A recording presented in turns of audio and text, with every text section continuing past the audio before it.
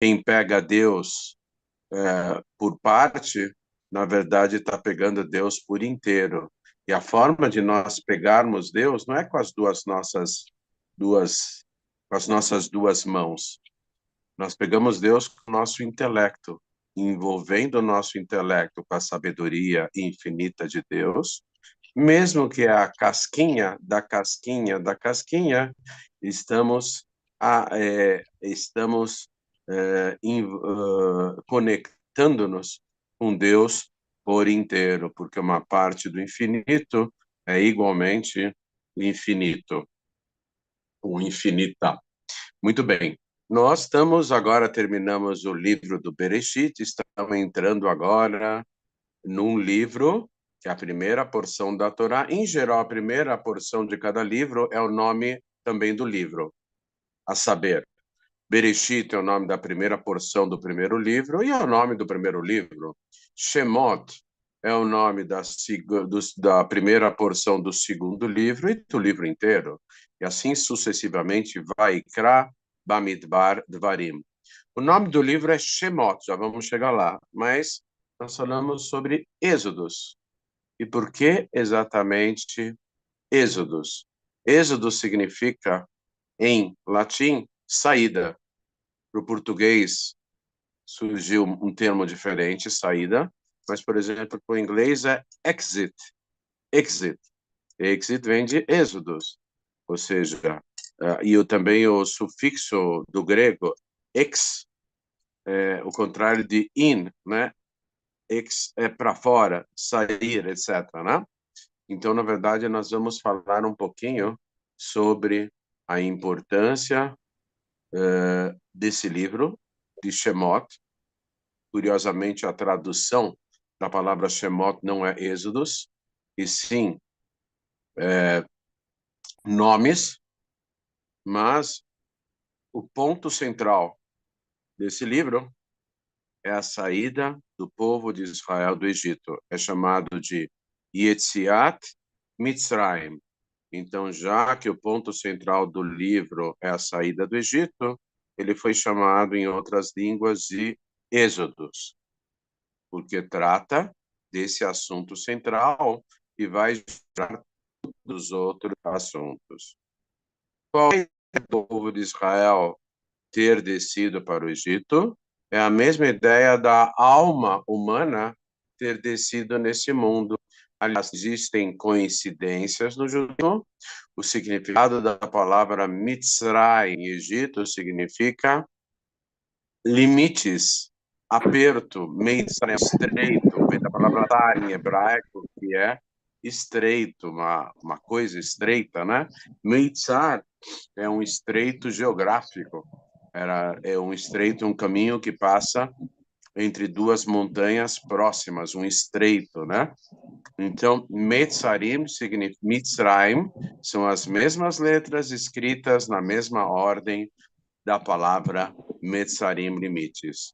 O povo de Israel foi parar no Egito porque lá havia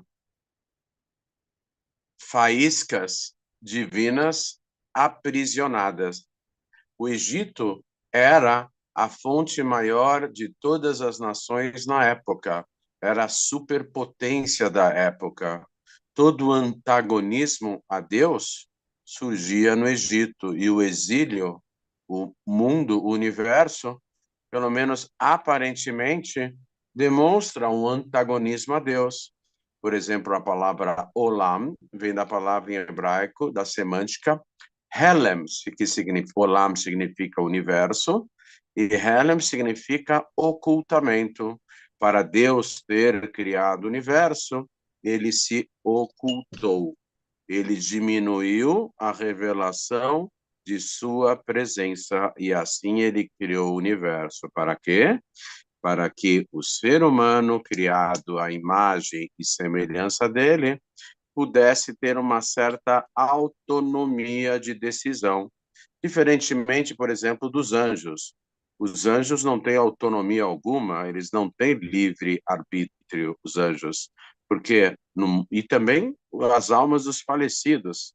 As almas dos falecidos praticamente não têm mais livre arbítrio, porque no mundo espiritual Deus está revelado.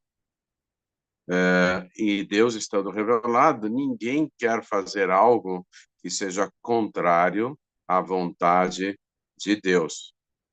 Quando o povo de Israel foi para o Egito, então, ele foi com a missão mística e cabalística de elevar faíscas divinas que lá se encontravam. Jacó Avino, o patriarca Jacó, ele pediu que os filhos descessem para o Egito para que eles buscassem Shever Bemitzrayim. Shever é uma palavra que se escreve com Shin, Beit e Resh. Shever. Shever significa mantimentos, provimentos, alimentos, mas Shever também significa quebra. Yaakov Avinu estava se referindo às faíscas que caíram no Egito resultantes de uma quebra. Qual o conceito místico e cabalístico? Que antes da existência desse mundo físico e material, existia um conceito chamado Olam HaTohu, o mundo do espanto. Está escrito na criação do mundo, que no comecinho está escrito assim: no princípio criou Deus os céus e a terra. Bereshit bara Elokim et hashamayim v'et haaretz. Ve'haaretz hayta tohu vavohu. E a terra, ela era tohu, ela era ela era um vazio enorme, vavohu. Tohu vavohu é um espanto, havia uma grande confusão. E aí Deus foi organizando cada conceito. Tohu vavohu é quando é uma brincadeira, quando uma mãe abre a porta do quarto de uma criança pequena que brincou o dia inteiro, ela tirou absolutamente todos os brinquedos e todas as roupas e tudo que havia no quarto fora do lugar, ela abre a porta, ela fica espantada, ela vê um tohu-vavohu, ela vê o mesmo espanto da criação do universo, e antes que ela diga qualquer coisa, ela fecha a porta e finge que não viu nada, né? Então, isso aqui é tohu-vavohu.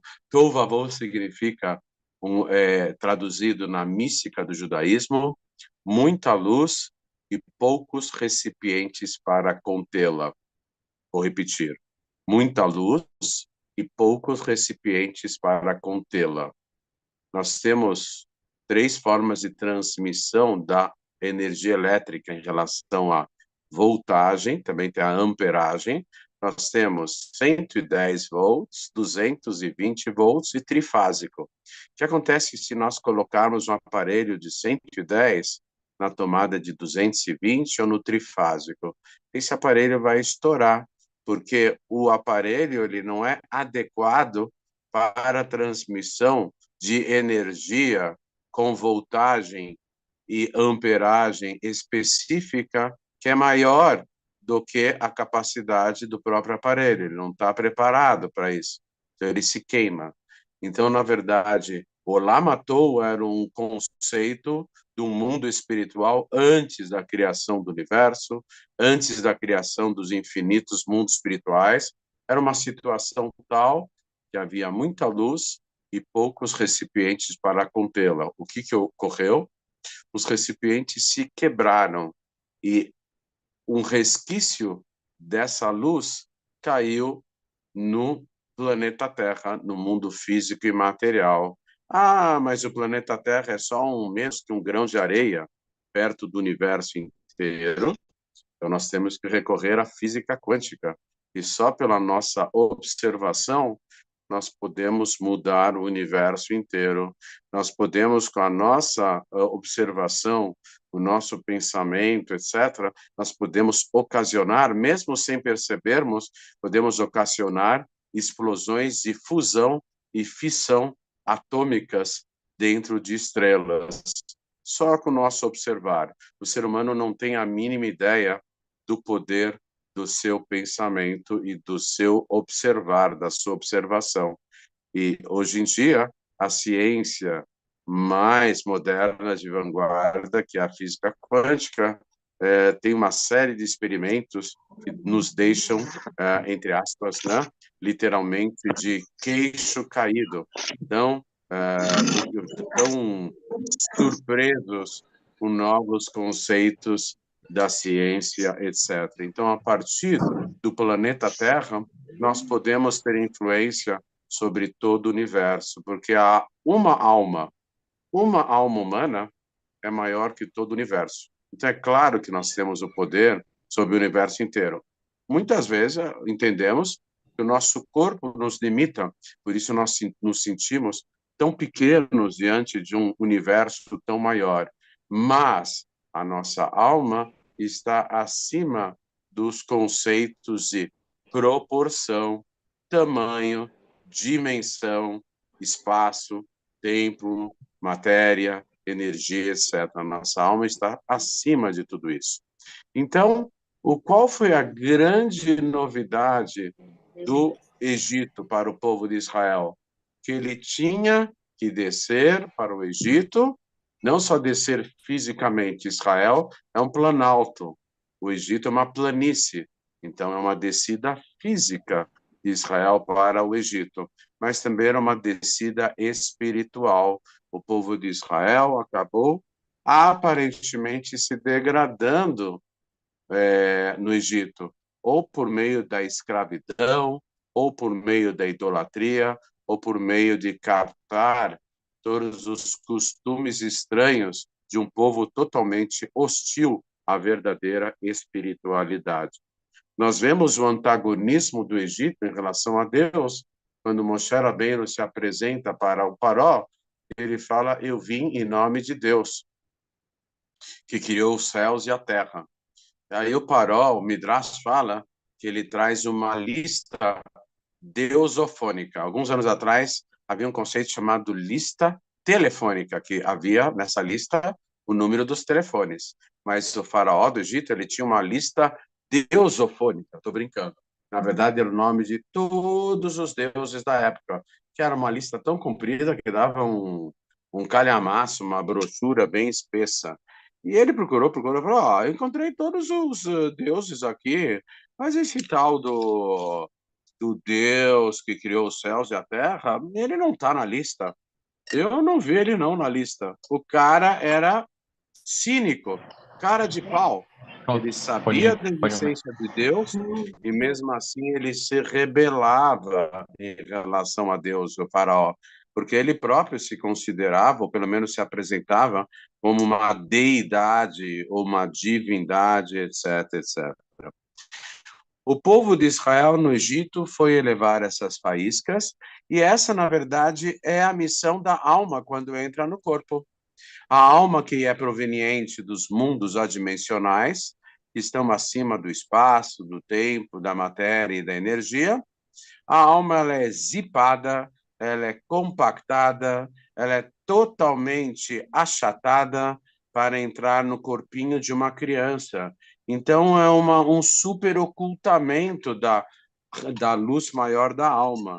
E tudo isso para transformar a sua queda num impulso para uma subida ainda maior.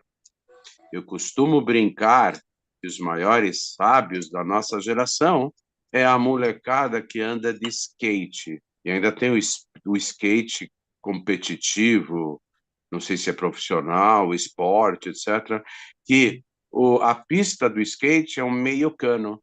Então, os skatistas eles vão até o fundo do meio cano, tomam impulso e sobem de novo.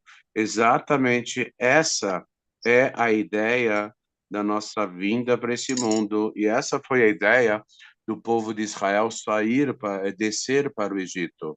Dois objetivos básicos. Número um, se prepararem para, com a saída do Egito, receberem a Torá.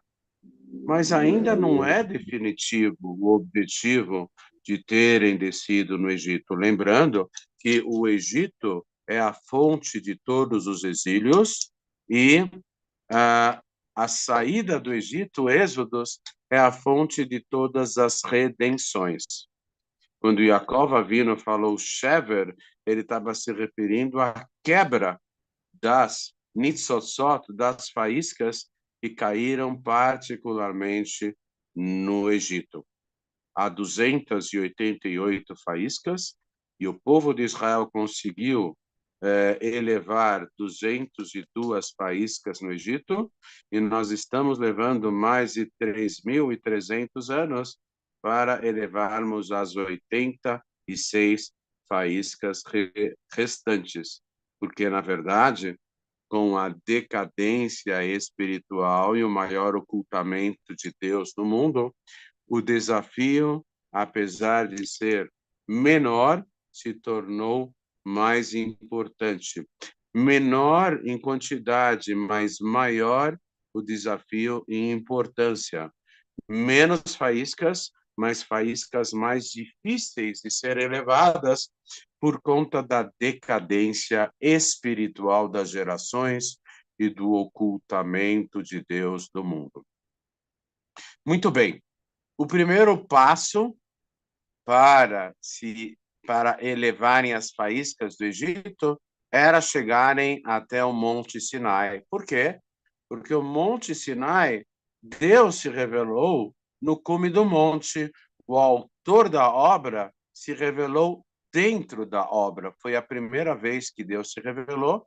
Na verdade, ele se revelou também, ele estava revelado no começo da criação do mundo, né? Mas ele se revelou para todo o povo de Israel e para milhões de pessoas no cume do Monte Sinai, e foi por pouco tempo, um intervalo curto de tempo, mas futuramente, quando Deus se revelar no mundo será de forma definitiva. E o mais incrível é que o mundo não vai deixar de existir, porque Deus se revelou no Monte Sinai, mas não por inteiro.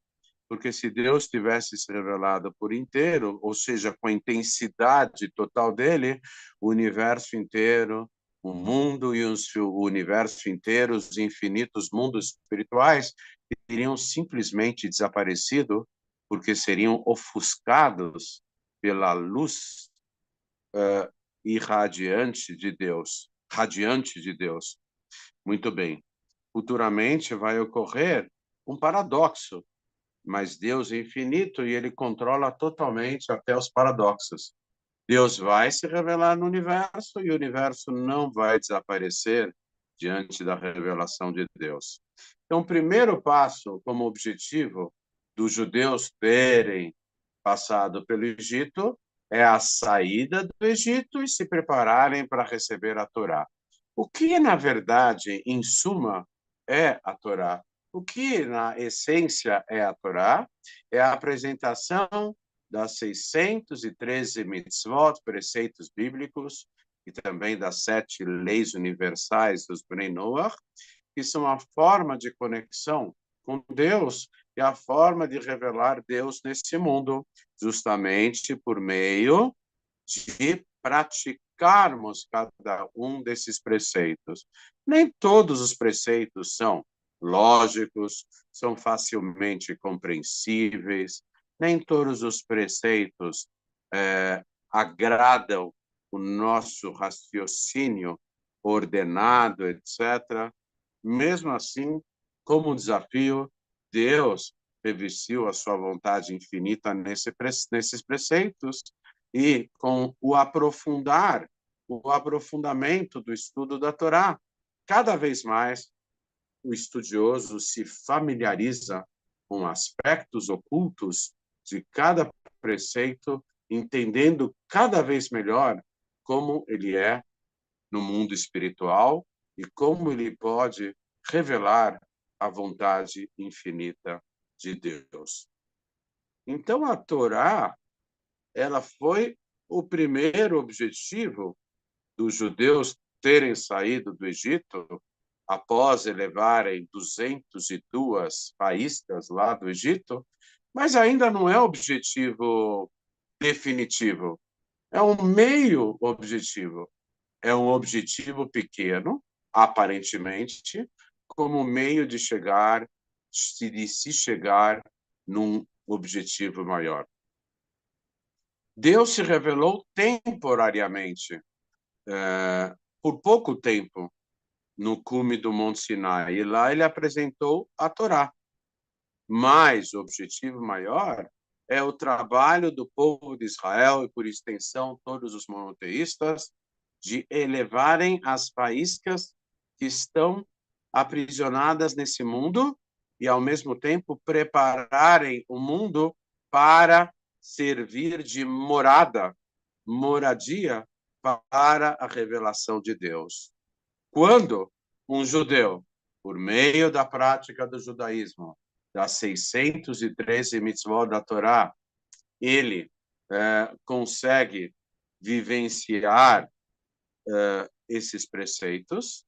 Então, nesse momento, ele fazendo a vontade de Deus, também por meio das 7 mitzvot, leis universais do Bnei Noach, fazendo a vontade de Deus, automaticamente nós revelamos cada vez mais Deus nesse mundo. Nós percebemos facilmente isso?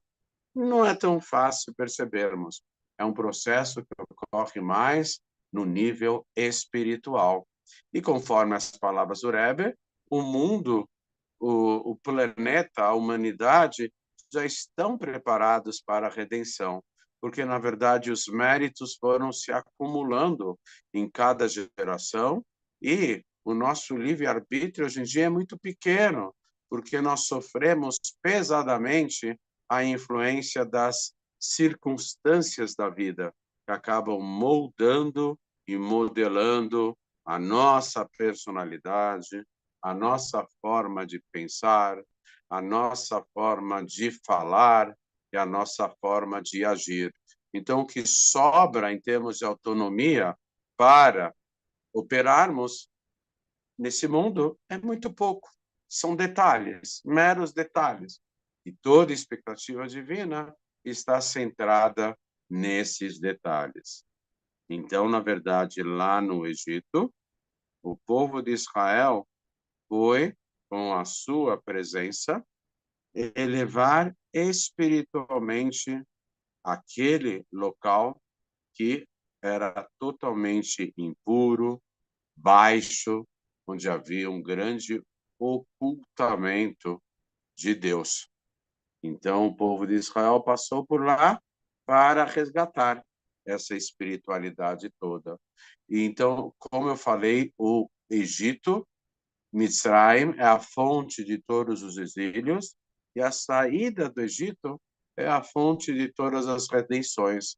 Até que o profeta, se não me engano, Miqueias, não tenho certeza, Michá, ele diz o seguinte, que Meitzetcha me'eretz Mitzrayim areinu niflaot. Ele profetizando em nome de Deus, na primeira pessoa ele fala, assim como os dias da tua saída do Egito, mostrar-lhe-ei maravilhas.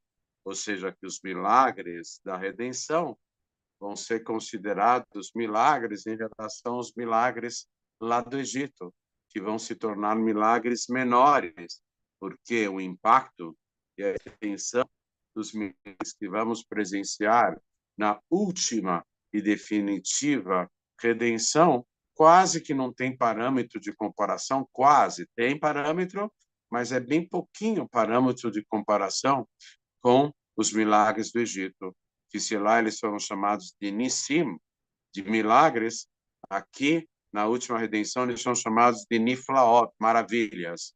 Maravilhas são uma envergadura, uma amplitude tão grande de milagres, que os primeiros chamados de Nissim, milagres, eles são secundários, quase que desconsiderados, tamanho impacto dos milagres, amplitude muito maior. Muito bem, tudo isso é uma preparação para a revelação de Deus nesse mundo. A história da Torá, ela vem citar sutilmente a história da criação do mundo, da vida humana. Nós viemos para esse mundo e caímos num buraco, num verdadeiro Mitzrayim, Egito, num lugar limitado, um lugar, a alma antes de nascer não precisava comer, não precisava beber, não precisava andar, não precisava dormir, não precisava ir ao banheiro, não tinha limitação nenhuma. A alma estava no Brasil, pensava no Japão, sem passar sequer um instante, ela já estava no Japão. Pensava de novo no Brasil, já estava no Brasil. O meio de transporte da alma é o pensamento. Então, a alma não tem esses limites. E, de repente, entrar num corpinho tão limitado é mais ou menos o sofrimento que os judeus passaram a serem totalmente escravizados pelos egípcios. O sofrimento que a alma tem ao entrar no corpo é terrível. Só que a gente acaba se acostumando. Ninguém quer morrer. A alma não quis. É isso que está escrito no Pirkei Avot, na Ética dos Pais, que a alma não escolhe quando ao nascer e também ela não escolhe ao se despedir do mundo. Ou seja, ela vem contra a vontade ao nascer, mas se ela voltando para o seu estágio original, deve ficar feliz. Mas ela acaba se acostumando com o aspecto material. Então, ela não quer sair daqui. Ela não quer ir para o mundo espiritual. E, na verdade, tem uma explicação por que a alma não quer sair do corpo. Ninguém quer morrer. Por quê?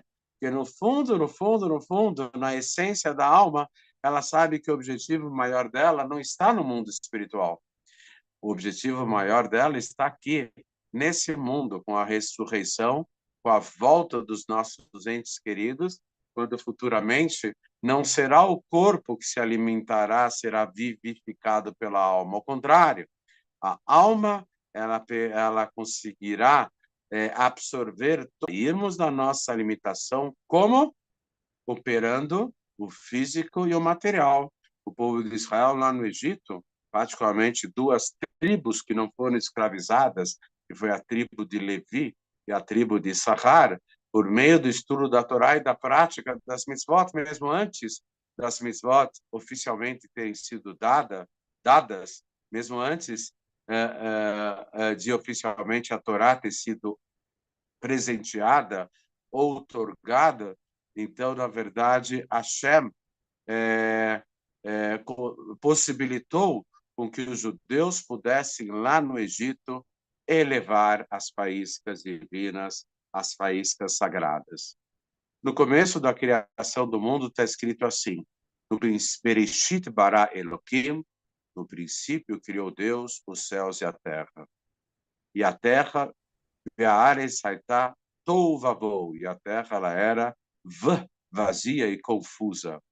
Veruach Elohim merachefet al pnei hamayim.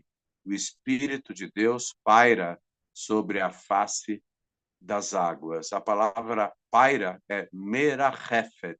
Na verdade, está no feminino, porque se trata da Shekhinah, da presença divina. Por isso, é um conceito que a Shekhinah ela é aplicável a verbos femininos, etc.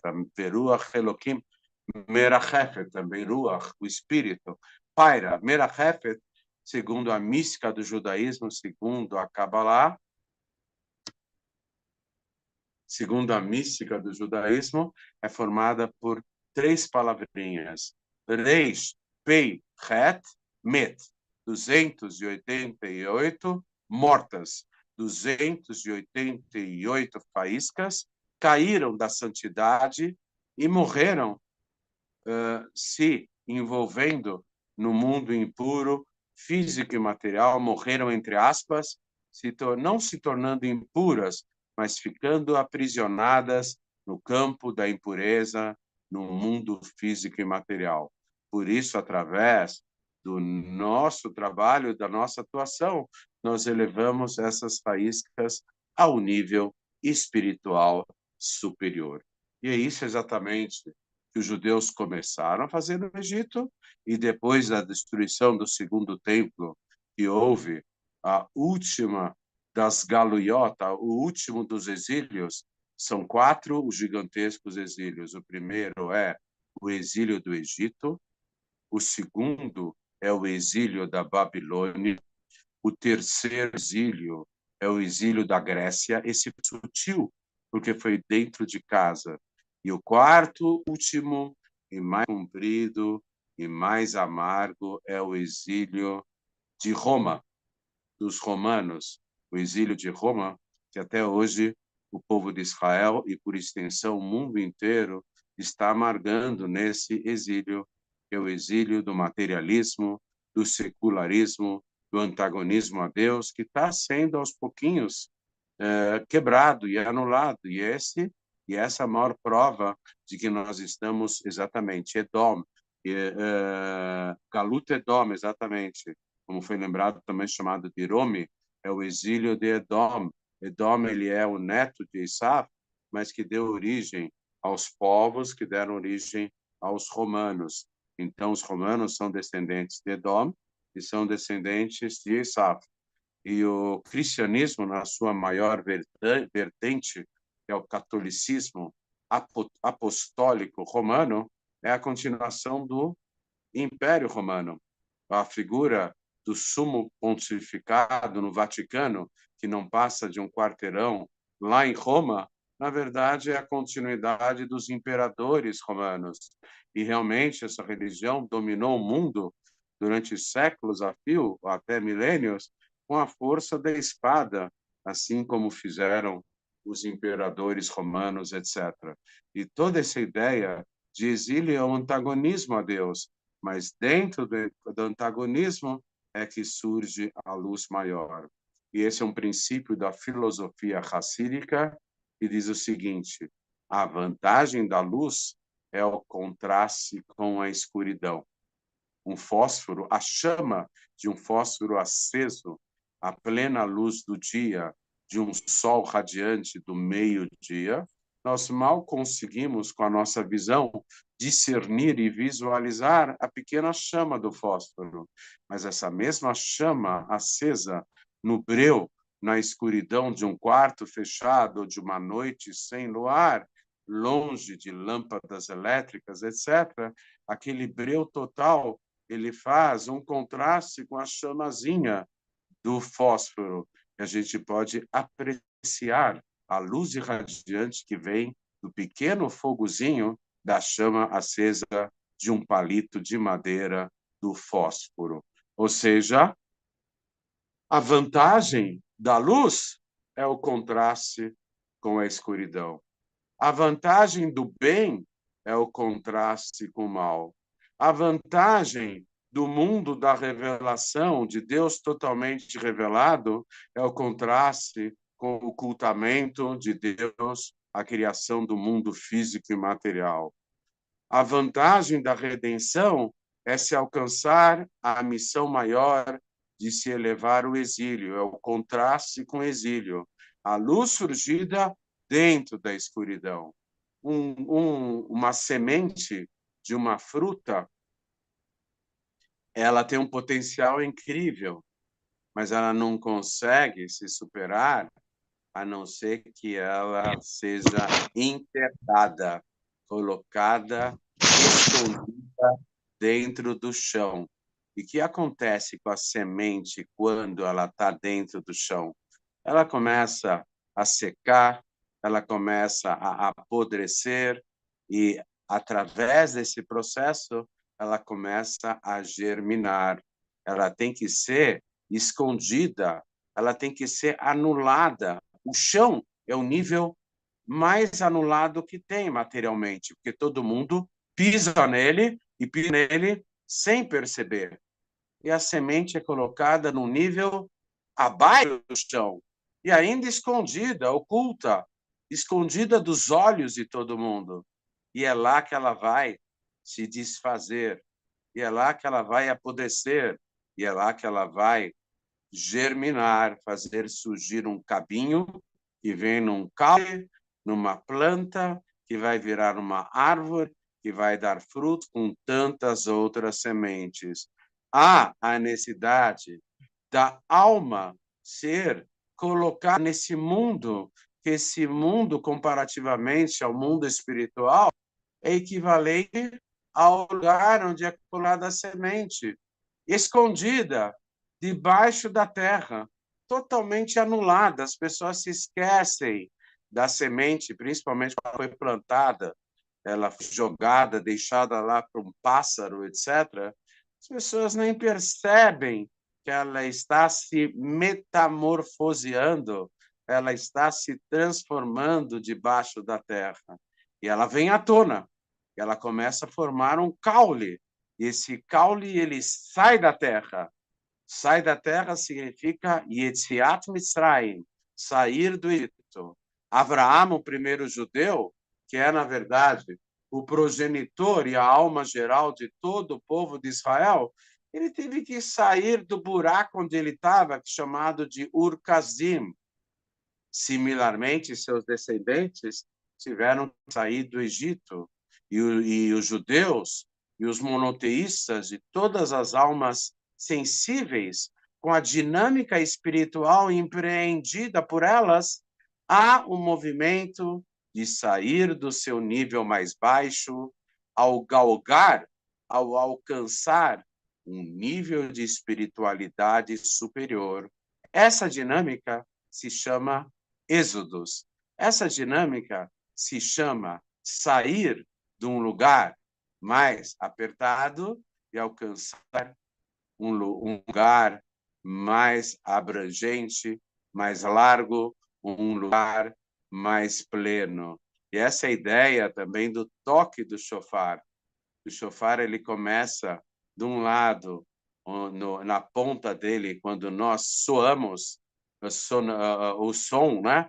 Assopramos, então vai surgir aquele som. A ponta estreita é onde assopramos, clamamos a Deus. E o som mostrando e representando a resposta de pelo lado mais largo. E é esse o sentido do versículo nos Salmos, no Tehilim, do rei David. Minameitzar karatika. É o primeiro passo que nós falamos antes do toque do shofar. Minameitzar karatika. Do limite, do aperto. Meitzar vem da palavra Mitzrayim. Minameitzar, do limite, do aperto. Karatika. Eu clamo por ti, Deus. Anani, me responde, Bamer Havka, me responde, Hashem, da sua largueza, da sua abundância, da sua revelação. Essa é a dinâmica da alma ao vir para o mundo e, quando falece, voltar para o seu estágio original, mas com mais força, com mais ímpeto, galgando degraus superiores. E a elevação maior e a definitiva não é que vem com o falecimento, ao contrário, é que vem com a ressurreição. É o trabalho feito nesse mundo, seguido já da revelação de Deus nesse mundo, que propiciará o extirpar da morte, da impureza, como diz, como está escrito no profeta, e o espírito de impureza eu haverei de extirpar da face da terra, ou seja, do mundo físico e material. Quando não houver mais o mal, quando não houver mais a escuridão espiritual, quando não houver mais o antagonismo a Deus, quando as criaturas negativas do mal serem totalmente eliminadas, então Deus haverá de se revelar nesse mundo e nós viveremos para sempre. E nas palavras do Rebbe, a qualquer momento, com a revelação do Mashiach. E por que nós precisaremos viver para sempre? Porque nós precisamos, como prazo mínimo, para nos entretermos numa sabedoria infinita de um Deus revelado nesse mundo, como prazo mínimo, nós precisamos da eternidade para conhecermos cada vez mais Deus. E nas palavras do líder máximo da nossa geração, que ele próprio se referindo a si, ele haverá de se revelar como Mashiach.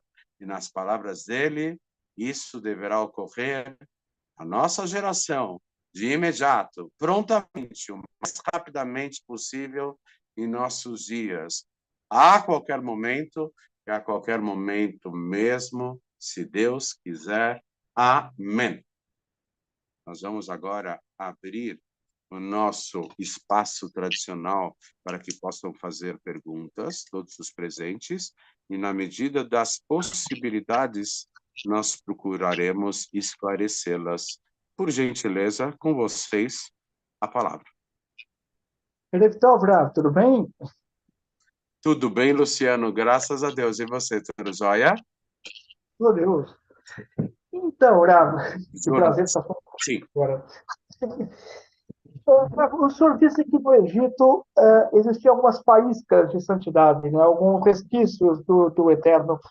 Foi por isso que Itró e Zípora eram, de certa forma, conhecedores do Deus único? Com certeza houve uma grande elevação, está escrito em relação a Itró, que não havia idolatria no mundo que ele não tivesse praticado, e, aliás, ele era o maior praticante, a ponto de ser o maior idólatra do mundo e ser o maior sacerdote, reconhecidamente pelo mundo da época, o maior sacerdote de toda e qualquer idolatria, e a paraxá que é entregue à Torá se chama Itró. Por quê? Porque, segundo a mística do judaísmo, foi necessária a chegada de Itró e reconhecer o único Deus acima dos céus e da terra, e que ele é o único Deus e não há outros deuses. Foi necessário esse reconhecimento para haver um salto, uma grande elevação espiritual e possibilitar com que Deus se revelasse nesse mundo no cume do Monte Sinai para a entrega da Torá. Hashem estava esperando a vinda do Itró para poder entregar a Torá para o povo de Israel. Então, curiosamente, Moshe casou com a filha do Itró, que na verdade se converteu ao judaísmo. Então, na verdade, aqui também é uma grande elevação, porque a filha do maior sacerdote da impureza, que abandonou a impureza e se ligou à santidade, acabou se ligando à pessoa mais elevada e mais santificada e mais espiritualizada da humanidade, o maior profeta de todos os tempos, o ser humano que mais próximo de Deus chegou, que foi Moshe. Moshe casou-se com uma Zipora, e dessa forma houve uma elevação incrível da espiritualidade, possibilitando com que Deus se revelasse no cume do Monte Sinai. A mesma coisa na primeira palavra dos 10 mandamentos. A palavra normalmente usada para se referir ao pronome da primeira pessoa no singular, né? O pronome da primeira pessoa é eu, em hebraico, ani, mas nos 10 mandamentos está escrita a palavra Anohi e não Ani. Anohi é uma palavra de origem africana, egípcia, ou seja, Hashem colocou como a primeira palavra dos 10 mandamentos, que é uma síntese de toda a Torá, de toda a sabedoria divina. Hashem colocou uma palavra pagã, uma palavra que veio da civilização faraônica, lá do Egito e da África, etc., Anohi, e posicionou essa palavra como the first one, a primeiríssima palavra dos 10 mandamentos. A mensagem foi dada, o objetivo maior dos 10 mandamentos, da revelação de Deus no Monte Sinai, da saída do Egito do povo de Israel, da prática do judaísmo por meio das 613 mitzvot, da prática da conexão maior com Deus, com o monoteísmo por meio das 7 leis universais dos Bnei Noach. Tudo isso para revelar Deus nesse mundo, a ideia de elevação espiritual, ou seja, todos esses assuntos entrelaçados, mas com um aspecto maior de revelação de Deus nesse mundo, de forma definitiva, que haverá de ocorrer com a tão almejada redenção. É. Rabino, A pergunta aqui, alguém perguntou se Anohi é aramaico. Anohi não é aramaico. A palavra não tem na Torá inteira só tem duas palavrinhas em aramaico, que foi Lavan, que eu esqueci agora, Galei Sahaduta, que Lavan, eles construíram um altar. O Yaakov Avinu, o patriarca Yaakov, ele chamou o altar em palavras de hebraico e o Lavan chamou em duas palavras de aramaico. São as únicas duas palavras de aramaico que constam na Torá. O resto do Pentateuco da Torá de Moshe só está escrito única e exclusivamente em aramaico, em hebraico, e particularmente essa palavra Anohi, apesar de ter sido incorporada pelo hebraico, a origem dela é outra, é do Egito e da África. Pois não? Oi, Tânia. Rava, tudo bem? Oi, tudo bom, Rabino? Eu Baruch queria, Hashem. eu queria saber se lá no Monte Sinai, né, na época que Moshe Rabbeinu ia trazer as tábuas, né? Revelar Sim, tudo, né? sim. Então, Uhum. quantos judeus tinham na época? 3.000? Não. Quanto? Não, a princípio, a Torá fala de 600 mil, mas a Torá está Sim. se referindo somente aos homens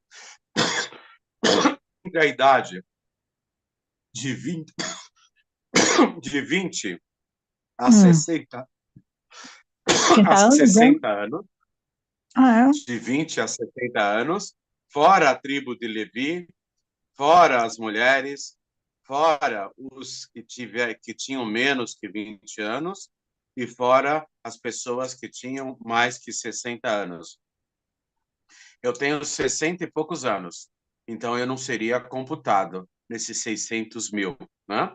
Então, aproximadamente havia de 3 a 4 milhões de judeus que receberam a Torá. E, ao lado deles, um número muito grande de não-judeus estavam também uhum. lá presentes, que eu acho que era um número maior do que 3 a 4 milhões de pessoas, que foram aqueles que saíram do Egito junto com o povo de Israel, porque acreditaram no único Deus. Então, Certo, tinha mas. no mínimo 6 Hum, milhões de pessoas, provavelmente um número próximo a 10 milhões de pessoas que presenciaram a entrega da Torá no cume do Monte Sinai. não. E nós estávamos lá, nós judeus estávamos, nossas almas Todas estavam as lá? almas estavam presentes, Hum, inclusive no final da Torá, quando Moshe Rabbeinu se despede do povo de Israel porque ele viria a falecer, ele fala o seguinte: eu estou fazendo aqui, e na verdade Moshe já estava falando na primeira pessoa, ele estava profetizando totalmente, ele estava falando em nome de Deus. Ele estava falando o seguinte: eu estou fazendo aqui um pacto com as pessoas que estão presentes aqui e com as pessoas que não estão presentes aqui. Mas como que dá para fazer um pacto com pessoas que estão ausentes? Não foi isso que Moshe Rabbeinu quis dizer. Ele quis dizer o seguinte: todas as pessoas do pacto estão para Shahazina, exatamente. Todas as pessoas do pacto, todas as pessoas do pacto têm que estar presentes. Moshe quis dizer com as pessoas que estão presentes dentro do corpo e com as pessoas que não estão presentes dentro do corpo, mas com todas as almas do povo de Israel, que sim estão aqui presentes. Então, na entendi. verdade, todas as almas do povo de Israel estavam presentes, ou dentro dos corpos, ou fora dos corpos. Nós estávamos lá, né, Rabino? Com certeza. Nós estávamos lá. Não Então, lembramos, mas hum, estávamos lá. certo, a gente não lembra, mas você Você falou não se sobre a lembra alma. de mim? Eu estava lá do teu lado, eu te dei um empurrão. Não se lembra de mim? Eu estava lá do seu lado. Não se lembra?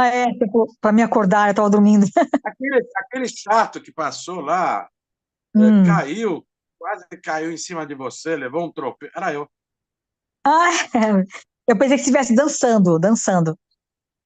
Todos E- nós estávamos dançando, mas vamos dançar muito mais com a chegada do sim, Mashiach. Muito mais do que a alegria de ter recebido a Torá. A Torá certo. é o conhecimento de Deus, mas a gente percebe de uma forma limitada por meio da sua sabedoria. Agora, outra coisa é percebermos totalmente a presença de Deus com a redenção e, subsequentemente, com a ressurreição e, subsequentemente, com a revelação total de Deus. Vai ser algo simplesmente monumental, espetacular, maravilhoso, fantástico. Certo, mas a Hashem falou só com Moshe Rabbeinu, não com a gente, né? Não, nos 10 mandamentos, ele começou a falar com todo o povo de Israel. Os 2 Ah, primeiros é? mandamentos foram ditos por Deus. Aí o povo começou a morrer. Estava Ah, sentindo que então, a alma morreu ia sair então. do corpo. É. Então, ele falou 2 mandamentos e Moshe Rabbeinu falou os outros 8 Ah, tá. mandamentos. Ou seja, Hashem falava para Moshe e Moshe repetia para o povo de Israel. Certo. Agora, essa alma que você falou que a gente, o corpo, sem a alma, o corpo não consegue sobreviver, certo, Rabino? E a alma sem o corpo também não pode estar presente nesse mundo. Então, Sim, um então, faz um favor ao outro. sim, mas a alma pede para ter o corpo, para nascer, Ela reencarnar, sabe? fazia, claro, é aquele negócio que eu disse antes, como está escrito na Ética dos Pais no Porquê Avó. Nós não Hum, escolhemos ao nascer, nós não, é é, contra a nossa vontade nascemos e contra a vontade o ser humano se despede desse mundo. Mas como? Se foi contra a hum, vontade nascer, deveria ser a favor da vontade se despedir desse mundo e voltar para o seu local de origem. Não, é que a alma dentro do corpo acaba se acostumando e quer ficar por aqui, é, entendeu? entendi. Tá bom, Muito bem. obrigada. Imagine. Mais alguma pergunta, pessoal? Rav Shimon, Oi, oi, Vânia. Por favor. Vânia? o senhor, na introdução da aula, o senhor falou sobre que a luz, né, o recipiente não era apropriado, não estava adequado para receber tanta luz. Hoje, nós podemos ter também um recipiente não tão adequado para algumas bênçãos que a Shem pode ter determinado, por algum motivo, nosso recipiente pode não estar adequado. Então, na verdade, eu me perdi. Ainda bem que você fez essa pergunta, Vânia, porque eu me perdi no meio da explicação. Eu não terminei a explicação. O mundo antes da criação do universo, dos infinitos mundos espirituais, a situação era chamada de Olam HaTohu, o mundo do espanto, que havia muita luz e poucos utensílios. Aí, quando houve a quebra desses utensílios, as faíscas da luz desse mundo caíram no mundo físico e material e foi formado o mundo físico e material, os infinitos mundos espirituais também foram formados. Esse mundo é chamado Olama Tikkun, o mundo da retificação, que a característica dele é pouca luz e muitos utensílios. Pouca luz e muitos utensílios. Através desses utensílios, nós elevamos essa pouca luz. O nosso objetivo não é elevar toda a luz, porque a maior parte da luz sequer caiu no mundo físico e material e na formação dos infinitos mundos espirituais. Mas uma parcela dessa luz é que surgiu com a criação do universo e dos infinitos mundos espirituais. Com o Bereshit, então, como está escrito lá, o Espírito de Deus, Veruach Elohim, Merachefet, paira, Reish Peichet, 288, Met. Met significa morto, menos vitalidade que caiu nesse mundo. A sua pergunta específica se nós temos os utensílios adequados para recebermos algumas bênçãos, etc., o simples fato de termos nascido, de termos surgido, e de Deus ter nos outorgado, nos presenciado, presenteado com, no caso do povo de Israel, com as mitzvot da Torá, no caso dos Bnei Noah, com as 7 leis universais, significa que nós fomos empossados, nós fomos capacitados e habilitados por Deus para, por meio da nossa atuação, conseguirmos elevar as faíscas divinas que foram destinadas a entrar na órbita da nossa convivência para, por meio do contato pessoal com essas faíscas, procurarmos elevá-las, mesmo de forma sutil e inconsciente, mas por meio do nosso trabalho de elevação do mundo, cumprindo com os ditames e orientações que expressam a vontade infinita de Deus. Dessa forma, nós revelamos Deus nesse mundo e agilizamos ao máximo a tão esperada, almejada redenção. É claro que nós temos a capacidade de conter as bênçãos destinadas a nós por meio do nosso trabalho. Quanto mais nós nos elevamos, maior é a abertura do canal das bênçãos. Quanto menos nos elevamos, maior interferência há na frequência com a vontade infinita de Deus. Nós precisamos de um sinal sem interferência. E não adianta reclamar com a prestadora de serviços da internet, porque o sinal tem que ser límpido. Não o sinal da internet, mas o sinal da nossa alma, o sinal da nossa espiritualidade, o sinal da nossa maior conexão com aquele que nos criou, com Deus. Amém, Davi. No decorrer da aula, o senhor falou também sobre o nosso livre-arbítrio, né? Que hoje está muito limitado o senhor citou aí várias questões. Então, todo tempo a gente tem mais a providência divina do que as nossas escolhas. E as nossas escolhas estão dentro da providência divina ou são só nossas escolhas mesmo? É só nós Então, fazemos. na verdade, é algo perturbador que a filosofia racídica nos ensina. Uma vez o Rebbe, num pronunciamento público, ele procurou explicar que mesmo os nossos erros, quando vão para o tempo passado, mesmo os nossos erros são providenciais. Na verdade, a providência divina, existe o livre-arbítrio, sim, conforme o dito talmúdico, tudo está nas mãos dos céus, menos o temor aos céus. Tudo está na mão dos céus, menos a autonomia da vontade, se aproximar-se mais dos céus ou não. Então, na verdade, essa é uma regra geral, mas no fundo, na essência maior da alma, até a nossa própria vontade se trata da divina providência. Sabe por quê? Se nós somos uma faísca de Deus, a nossa vontade também é a vontade de Deus.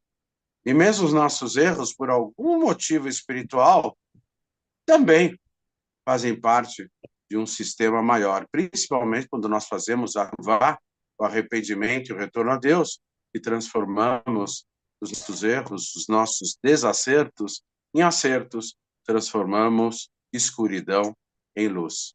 Muito bem, Irat Shamayim, Jonas. Muito bem. Então é isso. Temos o livre-arbítrio, mas ele é intimamente entrelaçado com a divina providência. Obrigada, Davi. Tudo de bom. Ivan, você ia fazer uma pergunta, Ivan? Eu ia fazer a respeito das. Você falou que como é que é? As faíscas, né, que estavam presas. Eu queria saber se elas já foram todas elevadas, porque Segundo a o gente. rei de Lubavitch, que haverá de se revelar como Mashiach a qualquer momento, ele disse que o trabalho do povo de Israel e dos Bnei Noach e de todos os monoteístas e, por extensão, toda a humanidade, o trabalho do ser humano na face da Terra acabou. Já foi finalizado. Aí essa bagunça toda que está no mundo inteiro. Aí a providência divina total. Então não temos mais o que fazer nesse mundo, então por que nós estamos vivos? Nós temos que fazer aqui nesse mundo, sabe o quê? Nos prepararmos para receber o Mashiach. Esse é o trabalho atual nosso. E quando. É claro que nós procuramos fazer a vontade de Deus, Mas a vontade primordial de Deus agora é que nós nos preparemos para a revelação do Mashiach. Mas quando a gente toma alguma coisa, a gente faz uma brahá para levar a faísca. Como é outra? Como assim? É só. Então, hoje em dia, o aspecto é diferente. Quando você faz uma brahá, não é mais para levar a faísca, mas é para aproximar um pouquinho mais a redenção e para te posicionar espiritualmente de forma mais adequada para receber o Mashiach. Ah, A obrigado. revelação do Mashiach é o ápice, é o cume, é a finalização da elevação das faíscas divinas desse mundo. A revelação do Mashiach. Não são dois assuntos diferentes. A elevação das faíscas, a revelação do Mashiach, é o mesmo assunto, só que a elevação das faíscas é a causa e a revelação do Mashiach é a consequência. Lembrando Obrigado. que Mashiach é um interlocutor. Qual é o objetivo da revelação do Mashiach? É simplesmente surgir um mal soberano no mundo? Qual é o principal objetivo da redenção? É a revelação de Deus. Mashiach vai ser um interlocutor. Mashiach vai preparar o mundo para a revelação de Deus.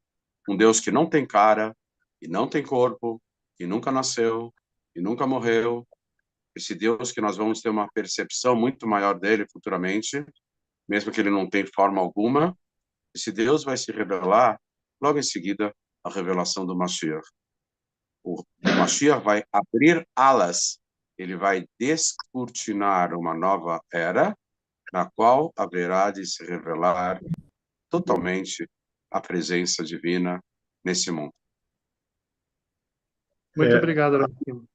Tudo de bom, Oi? Ivan. Oi, Elai, Elaida, tudo bem? tudo bem? Graças a É, Deus. eu gostaria de saber como é que Hum. será a revelação divina ainda em nosso tempo.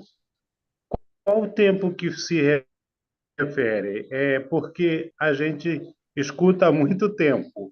Assim, é um tempo que é o nosso, é que eu não sei explicar direito a Eu pergunta. vou dar uma É um pequena tempo que é o introdução. nosso. Eu vou dar uma pequena introdução. O tempo perguntou para o tempo quanto tempo tem. O tempo respondeu para o tempo que ele tem tanto tempo quanto o tempo tem. Não, só estou brincando. Na verdade, tempo significa right now, agora, já, essa geração. O Rebbe disse que nessa geração tem um profeta e tem uma profecia. Profeta significa que Deus se revelou a ele. Quem é o profeta da geração? Perguntaram por Heber. Ele falou, o maior líder da geração, ele é o profeta da geração. Ele quis dizer que para o maior líder da geração, a exemplo de Moisés e dos patriarcas, etc., e dos profetas, Deus se revelou para o líder dessa geração. E qual é a profecia? Humildes, chegou a hora da vossa redenção. E o Rebbe explicou melhor, que nós somos a última geração do exílio e a primeira geração da redenção. E com atos de bondade e solidariedade humana, haveremos de agilizar ao máximo o processo irreversível, irrefreável de revelação do Mashiach com a tão almejada redenção. Ou seja, agora, nos últimos 2 dias, nas últimas 48 horas, a Força Aérea de Israel deixou em polvorosa o Hamas e também o Hezbollah, e mais ainda o Irã. Ele eliminou líderes em Beirute, prédios em Beirute, capital do Líbano, num ataque cirúrgico, foram bombardeados, acabando com a raça e com a vida de líderes que foram os responsáveis pelo massacre de 7 de outubro, que não estavam em Gaza, mas que deram a ordem final. Esses líderes, nas últimas 24 horas, vários líderes deles foram eliminados por Israel. O Irã está em polvorosa. O Irã tem 3 grandes inimigos. 2 inimigos, ele se borra nas calças de tanto medo que ele tem. Um se chama Estados Unidos da América, United States of America, e outro se chama Eretz Israel, a terra de Israel. O Irã tem medo de Israel e tem medo dos Estados Unidos. Mas tem um terceiro inimigo. trata-se do interesse dos americanos, trata-se do interesse do mundo ocidental, um inimigo natural chamado Arábia Maldita, quer dizer, Arábia Saudita. Então, a Arábia Saudita é o inimigo do Irã também. Já que o Irã se pela de medo de Israel e se pela de medo dos Estados Unidos, quem ele vai atacar? A Arábia Saudita. Aí o Rebbe lembrou que aquela frase, humildes, chegou a hora da vossa redenção, faz parte de um midrash, de uma explicação alegórica, massorética, de 1.800 anos atrás, o midrash, que fala que no ano da revelação do Mashiach, o rei da Pérsia vai atacar o rei da Arábia, o rei da Arábia vai se consultar com uma grande nação. Isso vai acontecer a qualquer momento. Vai ser através dos rebeldes Houthis, os rebeldes do Iêmen. O Iêmen é um país que está ao sul da Arábia Maldita, da Arábia Saudita, ao sul. E o Iêmen, ele é o braço mais comprido do Irã. E o Iêmen vai pôr fogo nos poços petrolíferos da Arábia Saudita. O Iêmen vai atacar a Arábia Saudita. Isso é uma questão de dias ou semanas. Não vou arriscar dizer nem meses. Dias ou semanas. Isso significa que Mashiach vai se revelar? Isso significa que nós oficialmente entramos no ano da revelação do Mashiach. Mashiach pode se revelar no momento seguinte, mas no máximo no intervalo de um ano judaico. Então, oficialmente, nós vamos entrar no ano da revelação do Mashiach, quando o Irã atacar os seus rivais sauditas.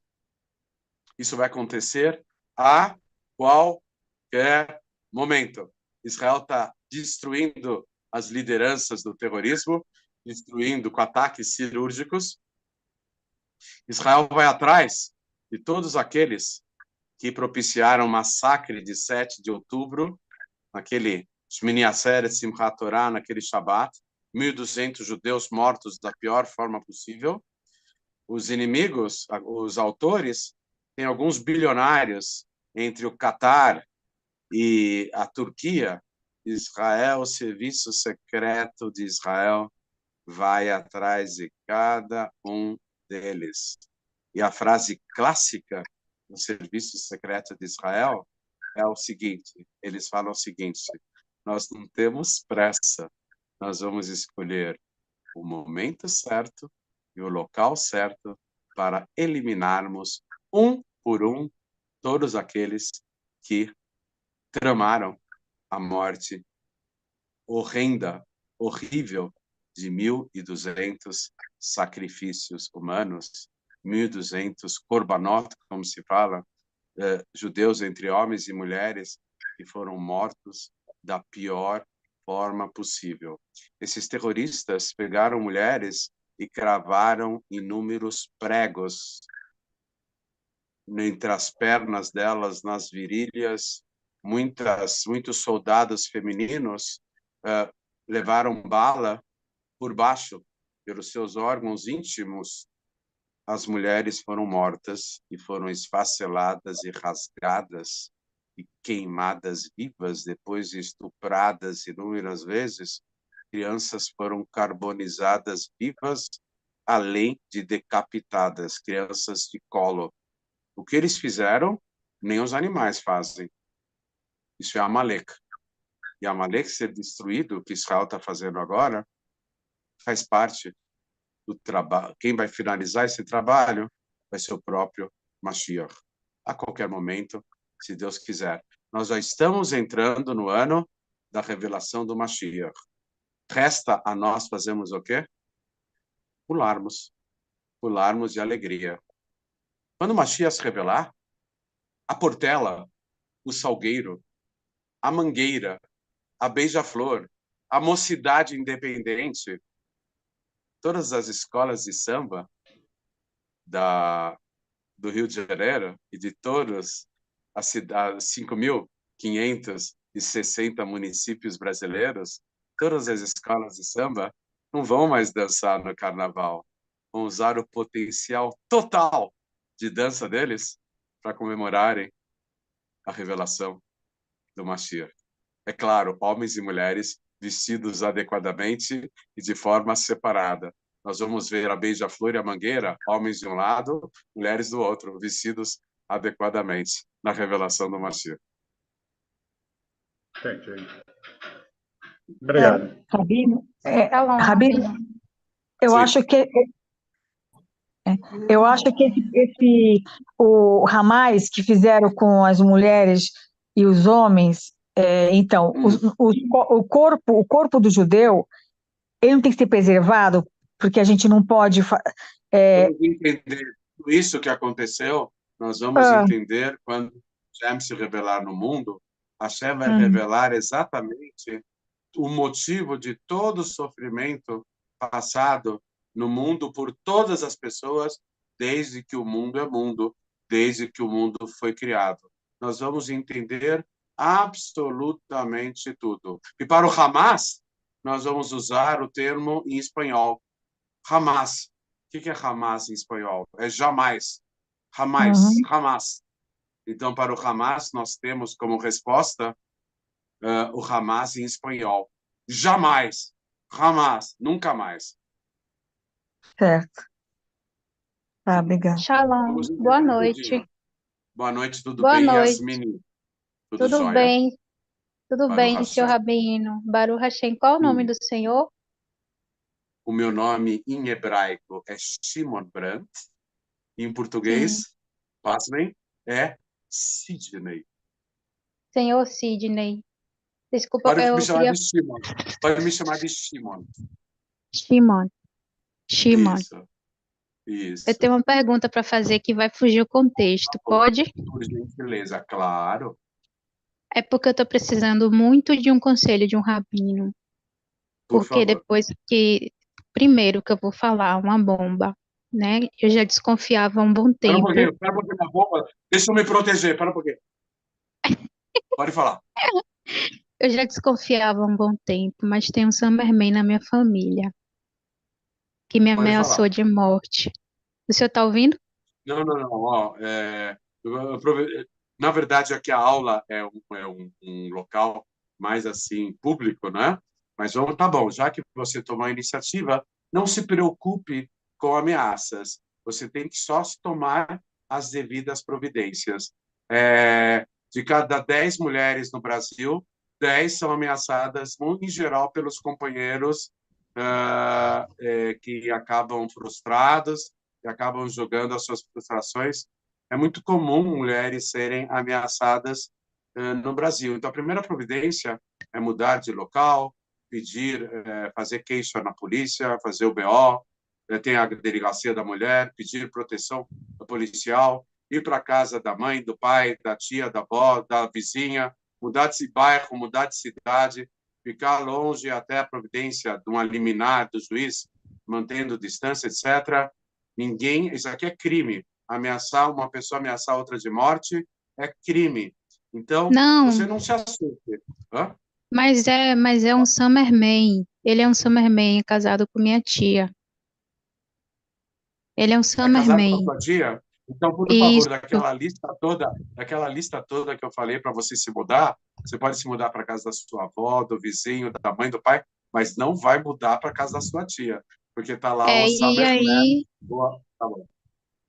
eu tinha, quando eu comecei a estudar o judaísmo, eu falei para ele que eu estava estudando judaísmo e tal, né? Aí ele falou assim: é isso, quando eu fui fazer doações para minha tia, porque se for isso, é morto. E os olhos dele, teve hora que abriram bastante, teve hora que ficou bastante vermelho. E teve uma vez que eu tive a santidade de uma coroa que eu tinha na cabeça.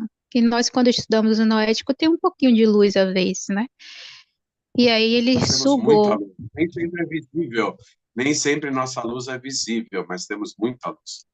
E depois que aconteceu várias coisas que não tem como narrar aqui, eu senti que o amor por Hashem Mas olha, não diminuiu. se deixe intimidar, não se deixe intimidar.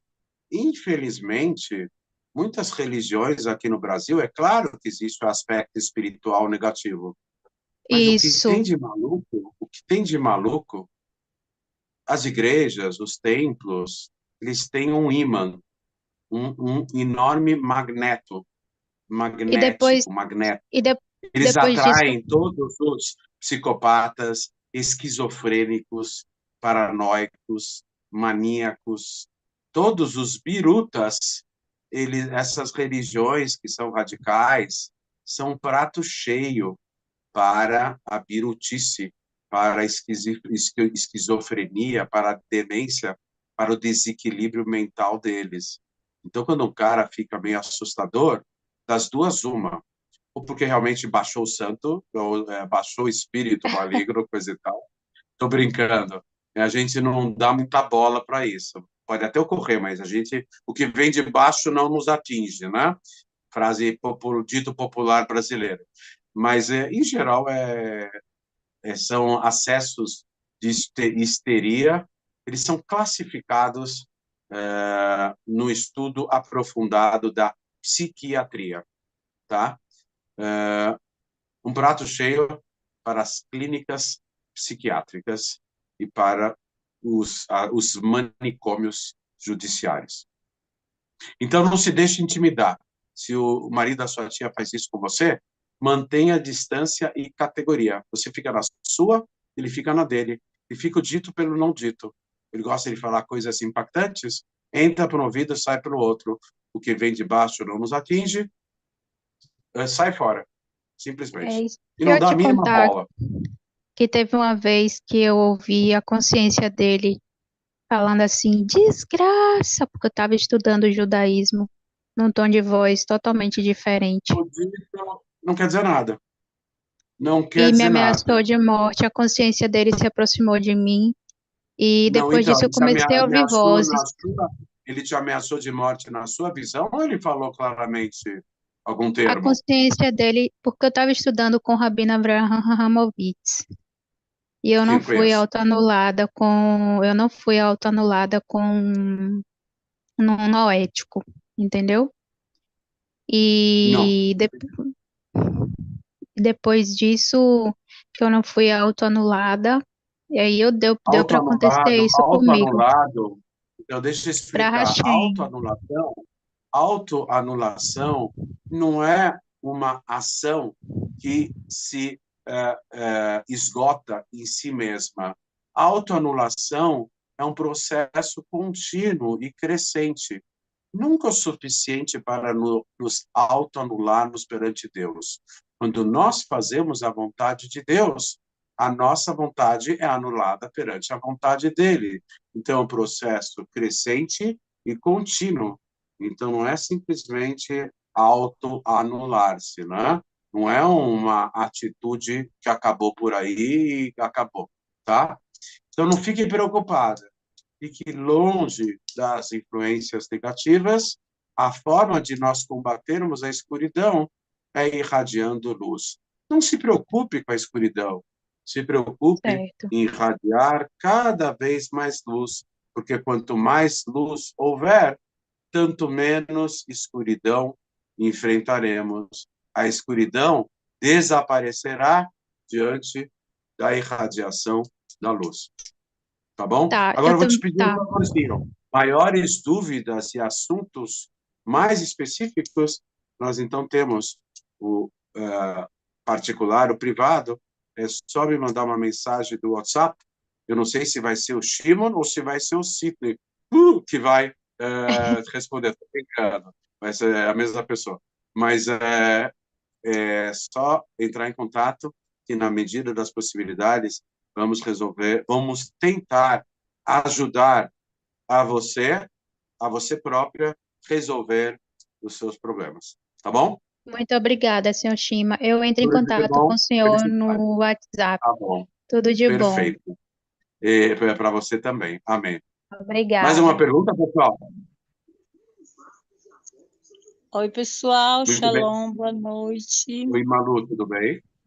Tudo bem? Saudades. Só para agradecer sua paciência para com todos nós, porque só mesmo uma pessoa enviada por Hashem para ter tanta paciência, tanto carinho para nos ensinar, com essa voz macia e serena, chega a dar até sono. Tão bom de ouvir, chega a acalenta a alma verdadeiramente. Obrigada por ser nosso Rabi, viu? Eu, De tem verdade. um rabino em São Obrigadão. Paulo, tem um rabino, você me fez lembrar de uma piada. Tem um rabino em São Paulo que ele dá uma aula, ele sabe muito a filosofia racídica. É famoso aí da internet. Mas ele dá umas aulas bem profundas na Yeshiva. Yeshiva é o colégio de meninos. Quando ele começa a se aprofundar muito, né, os meninos começam a dormir. Aí, antes de ele começar a aula, ele dá um sorriso e fala: Olha, ele tem um sotaque, porque ele é estrangeiro, né? Ele é de fora. Ele fala assim: Olha, quem está com dificuldade de dormir, é só assistir minha aula, porque a minha aula funciona melhor do que qualquer calmante. Então, quem quiser dormir, é só assistir minha aula, porque todo mundo. Exatamente, Jonas, é isso mesmo. Porque todo mundo acaba dormindo na minha aula. Ele fala assim para o pessoal acordar, né? Tem que fazer uma piada para o pessoal acordar, né? Na Com verdade, ele certeza. fala isso, mas ele quer que todo mundo fique acordado para entender o que ele está Com falando, né? certeza. Mas é É, verdade, é tão bom, é uma calma tão que vem assim de dentro, que realmente é como o nosso Rabi sempre nos ensina, né? Um pouco de luz dissipa toda e qualquer escuridão. Você pode estar aflito do Baruch jeito que Hashem, estiver. Você começa a ouvir uma Baruch aula Hashem. ou sua, ou do Rabi Yaakov, ou do Dor. É assim, a coisa se abre. É muito bom. Muito obrigada de verdade. Obrigada Baruch mesmo. Hashem. Você sabe quem é responsável por tudo isso? Tanto o Rabino Yaakov, como o Dor Atar, como eu, e como Uhum. mais de 150 rabinos atuantes no Brasil, todos nós Sim. somos emissários do Rebbe de Lubavitch, que haverá de se revelar como Mashiach. Então, tudo que Amém. nós falamos aqui em aula, na verdade, são assuntos pertinentes e que foram revelados por quem? Pelo próprio Mashiach. Então é isso. Machia, nosso justo e É ele verdadeiro que é o Machia. responsável por tudo aquilo que nós transmitimos. Quem é o responsável? É o próprio Mashiach, o Rebbe de Lubavitch, o rei Mashiach. Amém. Obrigada, Rabi, Muito de bem. verdade. Shalom, pessoal. Saudade de todos. É, Obrigada. pessoal, mais alguma pergunta, pessoal? Eu, Ravi, boa noite. Silvan, tudo bem? Tudo bem? Ravi, essa saída de Israel para o campo de batalha contém esse assunto que o senhor falou aí da elevação de faíscas no terreno onde Israel está atacando? Sim, na verdade, são os últimos esforços do povo de Israel para a revelação do Mashiach. A defesa da terra de Israel é uma mitzvah da Torá. Tem um vídeo bem interessante do rabino mais entendido da Halachá, da lei judaica no Brasil, o rabino Shammai Ende. Ele fala coisas impressionantes. Ele fala que defender a terra de Israel, defender a vida do povo de Israel, eliminando os seus inimigos, mesmo que isso haverá de incorrer em matanças, é uma mitzvah da Torá.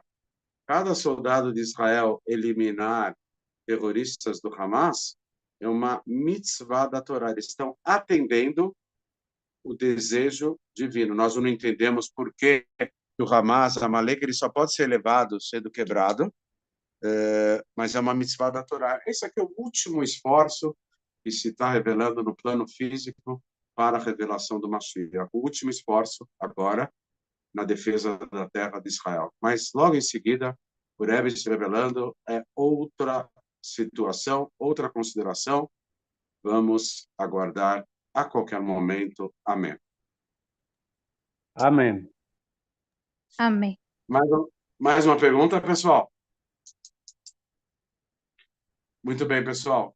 Agradecemos a participação de todos nessa aula e que continuemos sempre a continuemos a ser instrumentos da luz infinita de Deus.